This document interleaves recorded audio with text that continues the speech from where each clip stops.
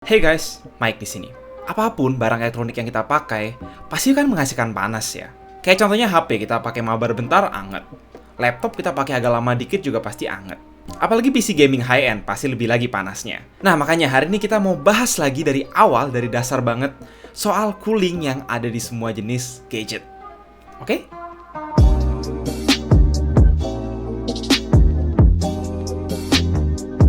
Well, oke, kita balik lagi ke prinsip dasarnya aja dulu, ya.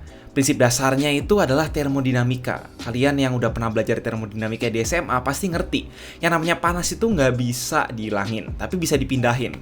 Fungsi dari sistem cooling ini adalah memindahkan panas dari komponen, dari misalnya CPU atau GPU, ke lingkungan sekitar, ke udara di lingkungan sekitar. Jadinya, panas yang tadinya ada di CPU pindah ke udara, disipasi panas namanya. Well, ketika sistem cooling nggak bisa keep up dengan panas yang dihasilkan oleh sang komponen tersebut atau komputer tersebut, ada 3 kemungkinannya. Yang pertama, komponen atau PC kalian bisa jadi cepat rusak karena panas. Kedua, komponen bisa mati sendiri, ada fitur auto shut off biasanya di komponen-komponen itu biar nggak kepanasan. Atau ketiga, adalah thermal throttling, ya. Karena komponen itu tahu panasnya nggak bisa keluar, akhirnya dia memperkecil clock speed atau frekuensi operasional menjadi TDP normal atau di bawah TDP atau thermal design power. Sehingga panas yang dihasilkan lebih kecil.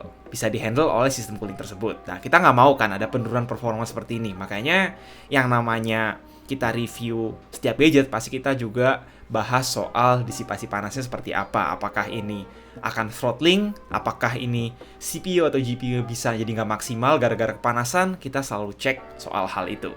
Jadi kenapa cooling ini sangat penting adalah untuk memastikan 3 hal tersebut tidak terjadi.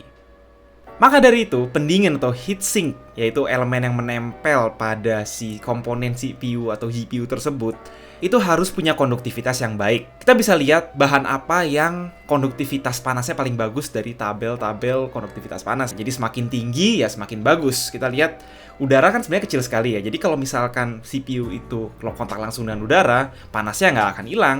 Tapi kalau dikontak dulu ke tembaga atau aluminium, itu pasti bisa lebih cepat disipasi panasnya karena dia memperluas area kontak udara dengan sang panas tersebut. Seandainya kita bisa bikin heatsink yang benar-benar tembaga semua sih bagus ya, cuma masalahnya itu kan mahal, makanya biasanya yang cukup tembaga itu heat pipe aja, tapi soal heatsinknya sendiri itu biasanya aluminium untuk menghemat biaya produksi.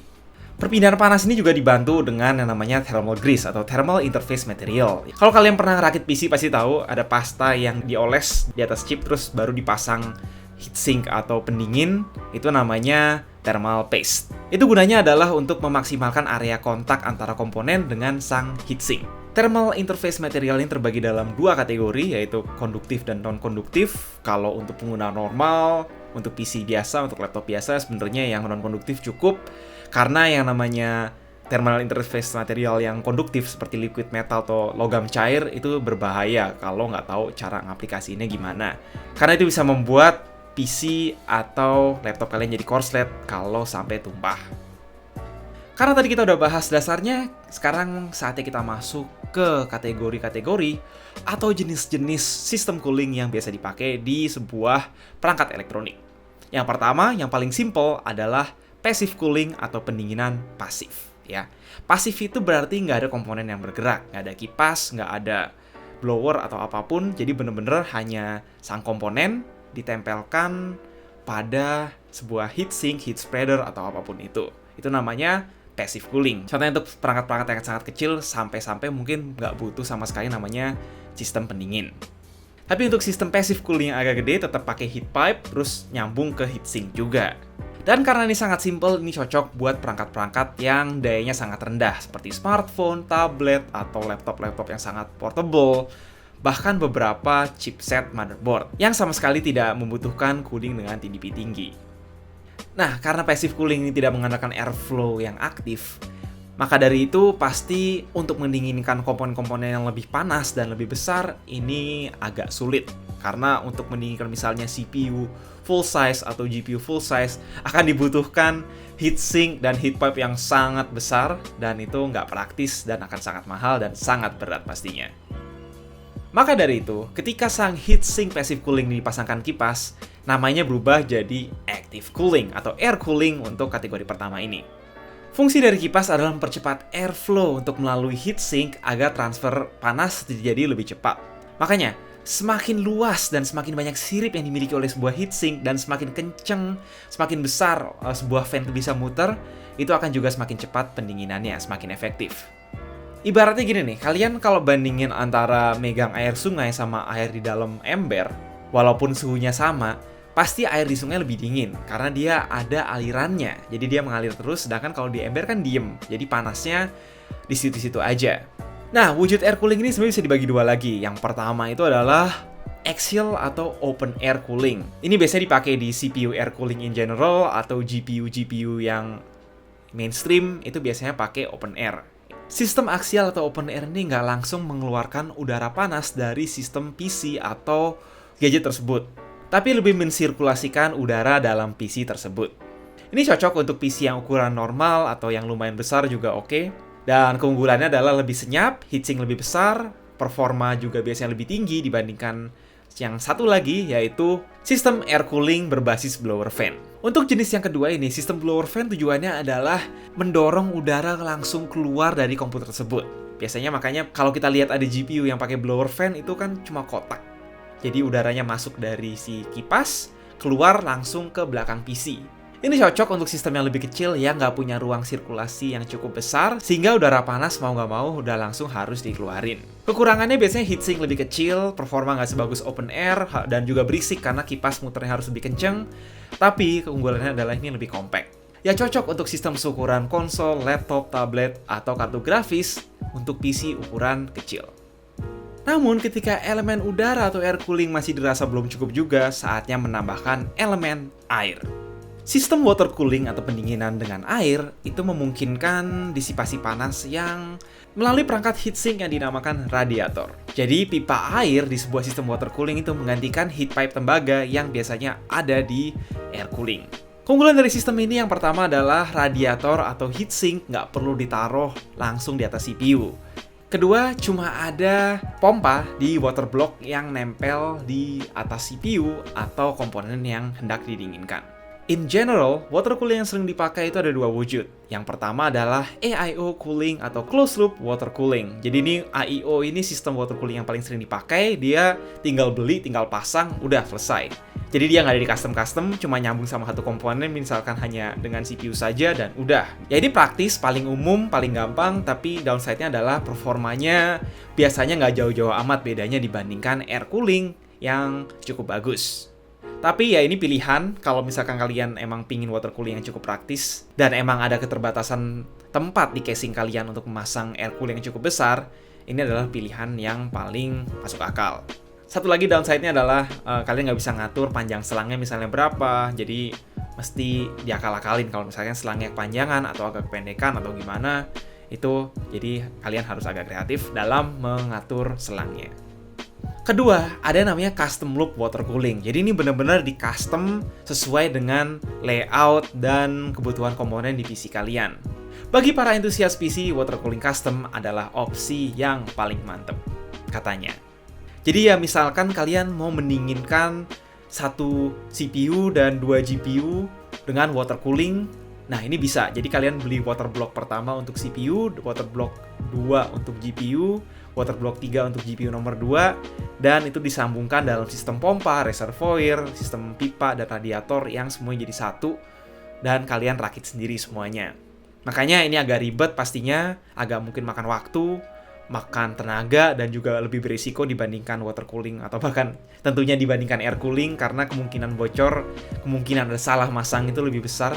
Ya, kalau ada bocor atau salah masang ya bubar gitu. Komponen-komponen kalian pastinya punya risiko kerusakan yang cukup besar. Jadi ya kalau kalian pengguna komputer normal ya nggak disarankan pakai water cooling, air cooling aja yang bagus itu udah cukup. Kecuali kalian emang bener-bener hobi PC, hobi ngerakit PC, hobi modding dan lain-lain. Kecuali emang tadi dalam kasus AIO nggak muat di PC kalian yang namanya air cooling konvensional.